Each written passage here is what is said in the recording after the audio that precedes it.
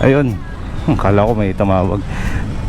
Okay, so ayun, magandang morning, maulang morning. At ngayon pa lang lumabas ulit yung araw, no. Makulimlim, kagabi sobrang lakas ng ulan, as in buhos. Talagang naliligo yung ating unit, no, sa ulan. Nadaan ng konting baha, konti lang naman. Pero yun, still eto, chinarge ko, full charge tayo, umalis. Ayan, so alam natin pedestrian yun, kaya medyo ano, kaya lang di siya nakatingin, kaya ako siya binusinaan. Hindi natin alam kung pauunahin tayo o ano, di ba? Hindi naman pwede tayong mag full stop para lang sa kanya. Paano kung meron tayong kasunod sa likod, di ba? So kaya kailangan mabilis din ang tingin ninyo kung meron kayong kasunod. Kailangan talaga aware kayo sa surroundings ninyo, no? Yung hindi kayo makakaabala, importante sa atin yun eh, yung hindi tayo makaabala, kasi disiplina yun, guys. So yun, kala ko buhok niya. So yun, I know na lahat nakakaranas, no, karamihan sa atin, oo. Hindi natin masabing lahat, iba kasi maganda ang kinikita nila, no. So ang daming nagsasarang mga negosyo, no, napakahirap, sa totoo lang. Tinaas yung sweldo, pero sa kabila nun, itinaas naman yung mga bilihin. So anong point natin dun? Hindi ko makaano. So magandang ano yan, talagang pinalulubog yung mga negosyo, no? Yung pataasin mo kasi yung sweldo ng tao, ang mga negosyante mahirapan sila magpasweldo. Ngayon, dalawa lang yan, matuwa yung ano, tataas ang sweldo, pero hanggang kailan ba yung negosyo ng pinapasukan mo maglalas, no? Dahil kung hindi din nape-perform ng mga tao, kumbaga mas mataas yung overhead expense nila, yung ibig sabihin sa araw-araw mas malaki yung ginagastos ng isang kumpanya kaysa sa pumapasok. So yun yung nagpapahirap sa isang negosyo. O ano ba to, si ate, gulo. So yun yung nagpapahirap sa mga negosyante. Hindi naman sa ayaw ibigay yung sweldo, no, pero sana maging ano din yung market, no. Hindi yung parang lahat sinunod mo rin, nag-domino effect din eh. So tumaas nga sweldo mo pero tumaas yung bilihin mo, wala rin. Layo naman ng ano nito, layo ng liko, dapat dito pa eh. So yun, anyways, my way in a highway, papunta na tayo sa highway o Mindanao Avenue. So yun ang ating mga ano. So ikaw, ayaw mo pa rin mag e-bike, wala namang problema yan. Alam ko ramdam na ramdam mo ang pagpapagasolina mo, ang bigat. Gusto mo pa rin pa magmotor? Sige, hindi kaya ng electric motor mo yung layo ng nararating ng motor ko, okay guys, ang goal lang is to ano lang, to deliver yourself, not to deliver as ano yan, from point to point. Yun lang naman eh. Hindi ko naman kailangan pahabain ng range ko. Kung computed mo, kung na-compute mo na ito ang kailangan kong e-bike, ano ba ang para sa'yo? So I'll make sure na makakarating ako balikan. So yun lang po yun. So ano nga bang electric motorcycle or e-bike or mode of transportation ang kailangan mo para sa araw-araw mo?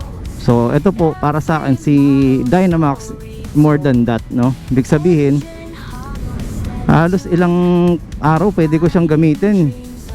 Hindi ako nagcha-charge, 3, sabihin mo na ang maximum 3 kasi ayoko rin talaga sinasagad, no?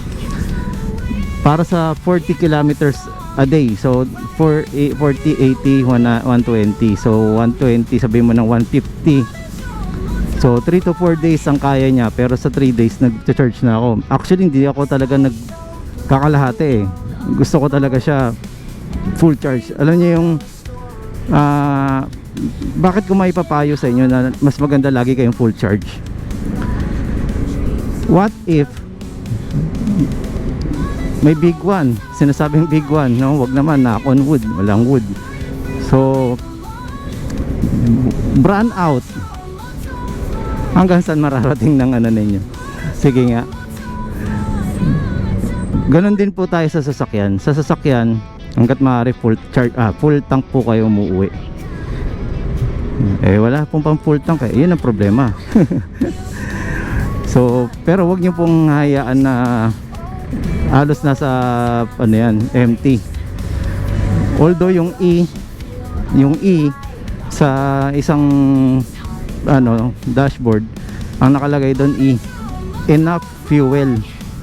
So meron pang mga ilang litro yun bago masabing empty talaga. So yun. Ay boss. Gandang umaga.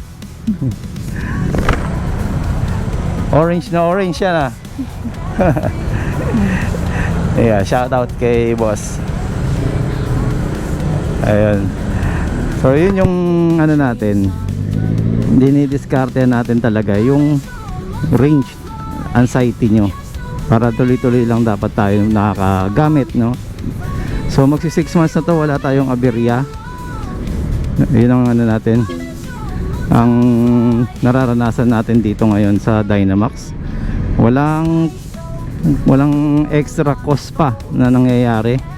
So siguro yung ano, yung knuckle bearing, ayos natin yan, na pinawarranty, then minimum cost lang. Mas mura pa rin siya kaysa sa pag-change oil ninyo, kasi yung halaga nun pang isang langis lang eh, di ba? So may pagbagal dito.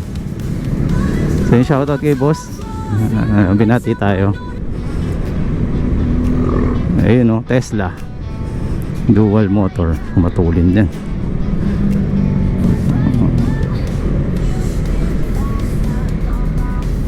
Ayan, napaka galing ah, tumutusok lang ah, walang halong tingin yun ah. May banggaan, nagkasabitan.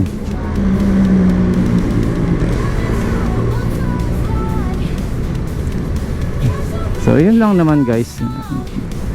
Kaya lahat po ng ano ninyo, depende po yan sa purpose na gagawin nyo. Ano bang purpose mo? Ba't kukuha nito? Kailangan ko nung makatipid ng ano kasi nahihirapan akong pumasok. Ang mahal. Gusto ko magtipid. Okay, so tingnan natin ng range mo. Kahit hindi ka mag Dynamax guys, kahit yung Porto, pwede ka makarating dun. Ang ganda din, di ba? Kahit yung Revolt ba tawag doon? Di ba? Eh yung iba kasi forma na lang din yun, pero okay din yun para stick, di ba? Actually sinasatisfy mo din kasi yung sarili mo na nagkakaroon ka ng mga nagugustuhan mo. So iba din yung pakiramdam ng ganon, di ba? So yun, dito nakakaliwa na tayo dito sa ano, Congressional. Ayan, shoutout sa mga naka-Giorno. Ayan, mga poging-poging mga nakamotor na Giorno. At pamahal ang mga budol ano ninyo, accessories ninyo. Okay, so ito na lang po. Basta po kung saan kayo makakatipid, yun na po ang uso ngayon dahil po sa nangyayari sa atin ngayong sa bansa, no? Okay, 82.50 na po dito. Grabe kahapon yung kano lang.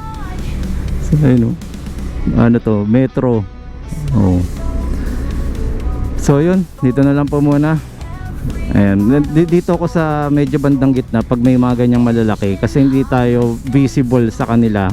Kung ikaw nagmamaneho doon, di mo makikita na meron tao dito. Kaya marami pong ano, napapahamak, no? So dito kailangan lang alerto ka. Ayan, medyo naka sandwich tayo, pero nandito tayo sa gitna. Kung sakali mang magkaroon ng ano, alerto tayo, meron tayong space, safe space pa rin kung tawagin, no? Ayan, wag kayo sisingit agad dyan.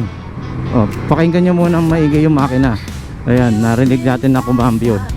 So doon pa lang tayo papasok.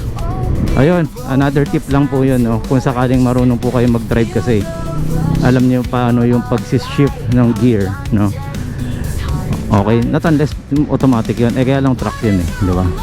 Okay, dito na lang po. Maraming salamat po at sa patuloy po nanonood. At salamat din po dun sa nagsabi sa akin na tuloy-tuloy ko lang daw yung kasi may natututunan siya. So salamat at may natututunan po kayo. Ayun lang. Thank you. Ride safe mga guys. So okay, once again, Marvin Chua Motovlog po. Maraming salamat po. Salamat din po sa mga nag-subscribe. Subscribe, okay. Bulol pa, no?